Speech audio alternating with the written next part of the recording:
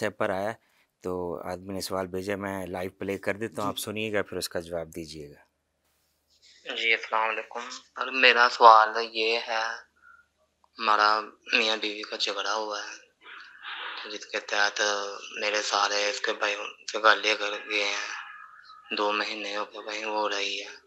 تو جو ٹائم اس نے وہاں پہ گزارا ہے، ہم دونوں میں غلط فہمیاں وغیرہ ڈالی گئی ہیں اور غلط بیانی بھی ہوئی ہے۔ تو 2 ماہ بعد میرا سالہ ہے تو آ کر کہتا ہے کہ فیصلہ چاہیے۔ تو سر میں نے یہ پوچھنا تھا کہ اسٹامپ فروش کو بلایا ہے، اس نے 3 پیپر تیار کیے ہیں، ایک جہیز وصولی کا، اس میں کھلا طلاق کا بھی لکھا ہوا ہے۔ تو میں نے وہ تینوں پیپر سائن کر دیے ہیں، اور جب میری غلط بیانی کی وجہ سے اور جذباتی میں آ کے تو میرے بیوی کے پاس گئے ہیں تو میرے سالے نے صرف پریشرائز کیا ہے، جذباتی کیا ہے، پھر سین وغیرہ لیے ہیں۔ تو سر میں انہیں یہ پوچھنا تھا، کوئی یہ طلاقیں ہو گئی ہیں یا گنجائش ہے ابھی؟ کیونکہ وہ میری بیوی طلاق نہیں چاہتی، تو رجوع کر رہے ہیں ہم دونوں، میری بیگم بھی کر رہی ہے۔ تو اس کے بارے میں میں نے یہ پوچھنا تھا آپ سے۔ جی مفتی صاحب جواب دیجیے گا اس سوال کا۔ بسم اللہ الرحمن الرحیم۔ پہلی بات تو یہ پیارے بھائی یاد رکھیں کہ طلاق کا مسئلہ ایسا مسئلہ ہے کہ جب تک فریقین کی بات نہ سنی جائے تب تک اس کے بارے میں حکم شرع بیان کرنا کوئی مناسب نہیں ہوتا۔ بہتر یہ ہے آپ یہ اپنا مسئلہ لے کے قریبی دارالافتاء میں چلے جائیں، اپنے تمام تر بیانات ان کو سنائیں۔ جو مجھے ابھی تک سمجھ آئی ہے آپ کی بات کہ آپ سے طلاق لی گئی، اور طلاق اس طرح لی گئی کہ سٹامپ بنوائے گئے اور ان کے اوپر آپ سے سائن لیے گئے۔ جب آپ کو پتا تھا یہ طلاق ثلاثہ کا نوٹس ہے، 3 طلاقوں کا نوٹس ہے، آپ نے جانتے ہوئے جب سائن کر دیے تو ایسی صورتحال کے اندر طلاق واقع شرعاً ہو جاتی ہے۔ جبری طور پہ اس وقت طلاق واقع نہیں ہوتی کہ جب مر جانے کا خدشہ ہو، یعنی گن پوائنٹ پہ کسی نے طلاق لی اور کہا کہ یا تو سائن کرو یا پھر تمہاری جان چلی جائے گی، یا کسی عضو کے کٹ جانے کا خدشہ ہو، تو ایسی جبری طلاق شرعاً واقع نہیں ہوتی۔ یہ کہنا کہ جی انہوں نے مجبور کیا تھا، بس ایسے ہی میں نے سائن، جب آپ نے سائن کر دیا، آپ کو پتا تھا طلاق ثلاثہ کا نوٹس ہے، آپ جانتے ہیں، تو جانتے بوجھتے ہوئے آپ نے سائن کیے، شرعی طور پہ طلاق واقع ہو جاتی ہے۔ تاہم اس سے پہلے جو آپ نے کہا کہ آپ کے ذہنوں کے اندر غلط فہمیاں ڈالی گئیں، یاد رکھیں بڑا ہی بدبخت وہ شخص ہے کہ جو زوجین کے مابین اختلاف کرواتا ہے، لڑائیاں ڈالتا ہے، جھگڑے۔ شیطان بڑا اس سے خوش ہوتا ہے کہ جب کوئی گھر اجڑتا ہے۔ حتی الامکان گھروں کو جوڑنے کی کوشش کریں، اور اگر کبھی کوئی بات کو تھوڑا بہت پھیرنا بھی پڑ جائے زوجین کے مابین صلح کروانے کے لیے، تو ایسا عمل کر لینا چاہیے۔ تو یہ شیطانی کام ہے، ایسے کاموں سے اجتناب کرنا لازم۔ ہوش کے ناخن لینے چاہیے۔ کسی کا گھر اجاڑ کر تو آپ کو کبھی سکھ نہیں آئے گا، چین نہیں آئے گا۔ وہ کیسا عجیب وہ بھائی ہوگا جو اپنی بہن کا گھر جناب اجاڑ رہا ہے، اور کیسے عجیب وہ ماں باپ ہیں۔ مجھے یہاں پر والدین سے بھی بڑا شکوہ ہے کہ مائیں اپنی بچیوں کو پتہ نہیں کیا سکھا کے بھیجتی ہیں کہ بیٹا اگر کوئی ایسا مسئلہ ہوا تو فوراً جناب تم نے ہمیں اور اس سے بڑھ کر آج کل یہ جو موبائل فون کی صورت میں ہمارے پاس ایک آزمائش کہہ لیں اس کو یا جو بھی کہہ لیں، یہ ایک ایسا حال ہے، چھوٹی سی بات ہوئی جناب ٹھک میسج گیا اور کہا جی آج میرے ساتھ یہ ہو رہا ہے، آج میرے ساتھ وہ ہو رہا ہے، اور چھوٹی چھوٹی باتوں سے پھر بڑے بڑے معاملات خراب ہوتے ہیں۔ 90% گھروں کے خراب ہونے کے اندر جناب یہ موبائل فون کا ہاتھ ہے، اور موبائل فون کا ہاتھ ہونے سے مراد غلط استعمال ہے۔ پرانے لوگ جب اپنے گھروں سے بیٹیوں کو رخصت کرتے تھے نا، تو میں یہ بڑا سوچتا تھا یہ کان میں کیا بات کہتے ہیں، تو کان میں وہ قاری صاحب ایک بات کہا کرتے تھے کہ بیٹا تمہیں بھیج دیا ہے، اب ہم تمہاری میت کو کندھا دینے کے لیے آئیں گے۔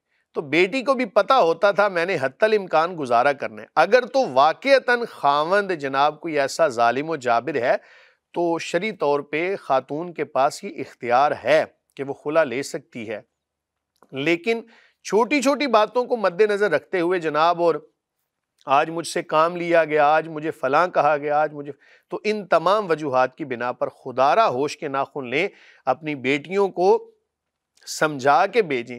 وہ خاتون طلاق کی ڈگری لیتی ہے جو اپنے گھر سے، یعنی میکے سے جو ٹیوشن لیتی ہے نا، وہ طلاق کی ڈگری لے کے واپس آتی ہے۔ اس لیے اپنے معاملات شریعت کے سپرد کریں، اللہ تعالیٰ پہ بھروسہ کریں، بیٹیوں کے نصیب کے بارے میں اچھی دعا کیا کریں اور بچوں کو اچھی تربیت کریں، اور بیٹوں کو بھی سمجھائیں کہ بیٹا، جس کی بیٹی تم لے کر آ رہے ہو اس نے اپنے جگر کا ٹکڑا تمہیں دیا ہے، اور ظاہر ہے کہ جب ایسے معاملات نہیں ہوں گے تو پھر جو ہے وہ دوسری طرف دوسرا رخ پھر کیا ہوتا ہے، وہ طلاق والا۔ اللہ تعالیٰ ہم سب کو ہدایت عطا فرمائے۔ تاہم آپ کی طلاق جناب جو صورتحال آپ نے بتائی ہے، ایسی صورتحال کے اندر طلاق واقع ہو جاتی ہے۔ مزید تسلی کے لیے لازمی آپ دارالافتاء کا رجوع کیجیے گا، وہاں پر اپنے تمام تر معاملات بتائیں، وہ آپ کو کوئی اچھا مشورہ دیں گے۔ یہ بات بھی آپ نے یاد رکھنی ہے کہ گن پوائنٹ پر یا مجبور کر کے جو طلاق دی جاتی ہے نا،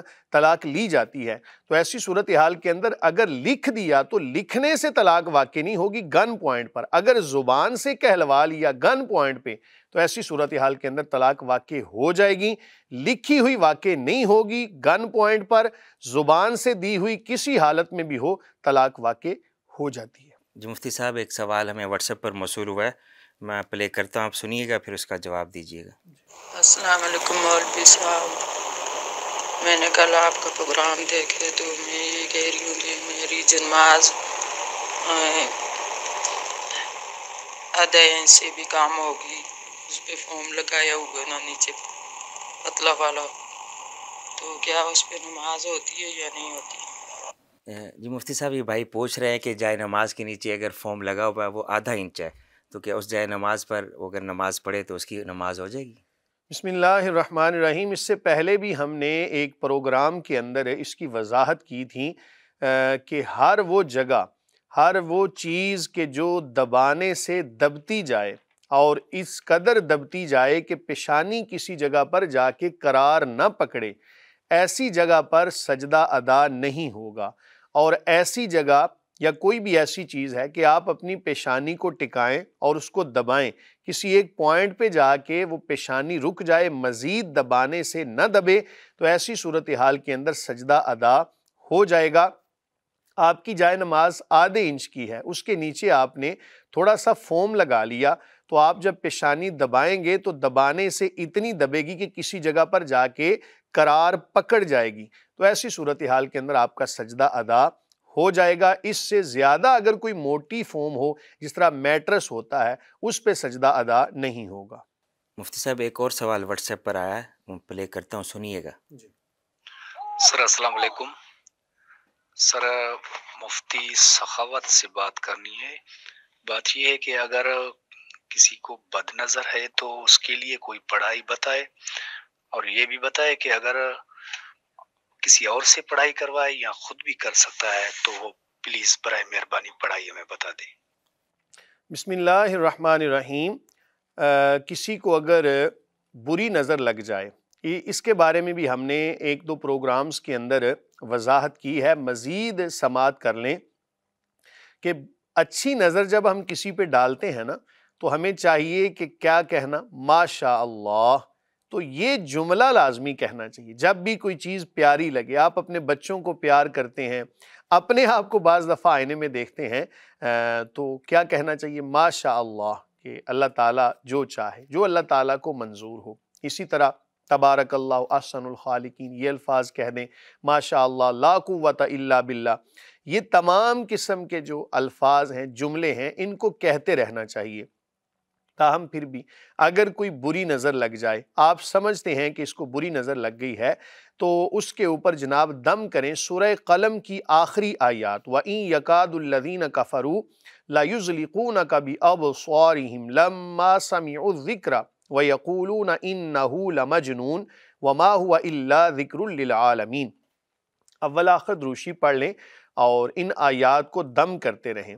اس کے علاوہ معوذتین ہیں، سورہ فلق، سورہ ناس ہے، اول آخر دروشی کے ساتھ ان پر بار بار دم کرتے رہیں۔ آیت الکرسی ہے، اس کو پڑھ کے اول آخر درود شریف کے ساتھ اس کو دم کریں.